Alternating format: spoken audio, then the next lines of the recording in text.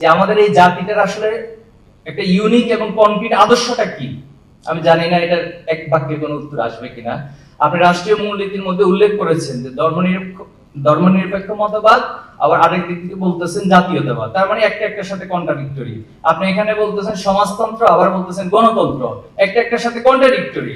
তাহলে যে রাষ্ট্র কাঠামো একটা কন্ট্রাডিক্টরি মূলনীতির উপর দাঁড়িয়ে আছে, সেখানে তো জাতীয় আদর্শ আমার ঠিক হয় নাই। তাহলে জাতীয় আদর্শ যদি ঠিক না হয়, আমার শিক্ষা ব্যবস্থা কিভাবে ঠিক হবে? তো আমি এখানে যেহেতু আমার সকলে শিক্ষক, ম্যাক্সিমাম আমাকে সরাসরি ক্লাসেও পাঠদান করেছেন এবং আমি আলিয়া মাদ্রাসা পড়াশোনা করেছিলাম।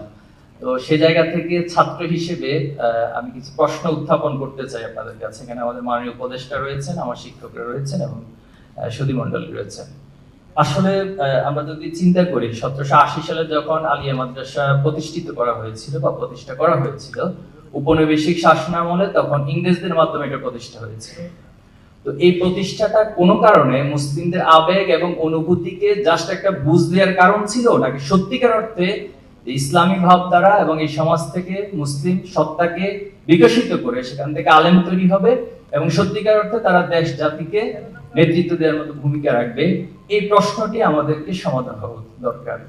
সেকেন্ড যেটা বলতে চাই যে আলিয়া মাদ্রাসা থেকে আসলে আমরা কি চাই, এটা জাতিকে কি দিতে পারে, জাতির কাছে আলিয়া মাদ্রাসা কি অঙ্গীকার, এই প্রশ্নগুলোর আগে সমাধান হওয়া দরকার। এরপরে মনে হয় আমাদের সমস্যাগুলো আলটিমেট আমাদের জায়গায় পৌঁছতে পারবো। অনেক আলোচকরাই অনেক বিষয় বলেছেন, সমস্যাগুলো বলেছেন যে ক্লাস হচ্ছে না, এরপরে হচ্ছে এখানে শিক্ষক ছাত্রের মাঝে একটা সম্পর্কের দূরত্ব দেখা যাচ্ছে, অথবা যেভাবে করে এখান থেকে আউটপুট আসার কথা সেগুলো আসছে না।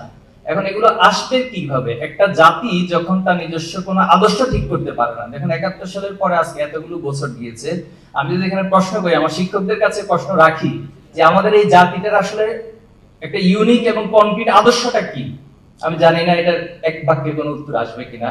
আপনি রাষ্ট্রীয় মূলনীতির মধ্যে উল্লেখ করেছেন যে ধর্মনিরপেক্ষ মতবাদ, আবার আরেক দিক থেকে বলতেছেন জাতীয়তাবাদ। তার মানে একটা একটার সাথে কন্ট্রাডিক্টরি। আপনি এখানে বলতেছেন সমাজতন্ত্র, আবার বলতেছেন গণতন্ত্র, একটা একটার সাথে কন্ট্রাডিক্টরি। তাহলে যে রাষ্ট্র কাঠামো একটা কন্ট্রাডিক্টরি মূলনীতির উপর দাঁড়িয়ে আছে, সেখানে তো জাতীয় আদর্শ আমার ঠিক হয় নাই। তাহলে জাতীয় আদর্শ যদি ঠিক না হয়, আমার শিক্ষা ব্যবস্থা কিভাবে ঠিক হবে? এখন শিক্ষা ব্যবস্থার প্রসঙ্গে যদি আসি, আমরা আমাদের শিক্ষা ব্যবস্থাটা একটা সার্টিফিকেট ওরিয়েন্টেড এবং প্রসেস ওরিয়েন্টেড, অর্থাৎ এখানে আমি ধাপে ধাপে যাবো, আমাকে একটা সার্টিফিকেট দিবে। কিন্তু আসলে আমার গোলটা কি? শিক্ষা ব্যবস্থা থেকে আসলে আমি কি চাই, পুরো জাতিকে কি দিতে চাই, কোন আদর্শে সবাইকে একটা জায়গায় পৌঁছাতে চাই? তো এই প্রশ্নগুলোর সমাধান আমাদের হওয়া দরকার বলে আমি মনে করি। এজন্য আমাদের পলিসি মেকিং এর যে জায়গা, দেখুন আজকে আলেম ওলামাদেরকে এক ধরনের বাইনারি জায়গায় পৌঁছায় দেওয়া হয়। আলেম মানে হচ্ছে তিনি নির্দিষ্ট কিছু গণ্ডির মধ্যে থাকবেন।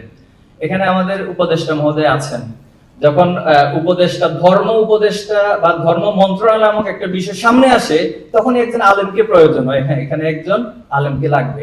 কিন্তু আমার যখন পররাষ্ট্র মন্ত্রণালয়ের প্রসঙ্গটা আসে, আমার যখন স্বরাষ্ট্র মন্ত্রণালয়ের প্রসঙ্গ আসে, তখন কেন কোনো আলেমকে প্রয়োজন হয় না? তখন কেন আলিয়া মাদ্রাসার কাছে এই সার্ভিসটা চাওয়া হয় না যে হ্যাঁ এই রাষ্ট্রের সমাধানের জন্য একজন স্বরাষ্ট্রমন্ত্রীও আলিয়া মাদ্রাসা থেকে পড়ে তিনি হতে পারেন এবং তিনি সমাধান দিতে পারেন।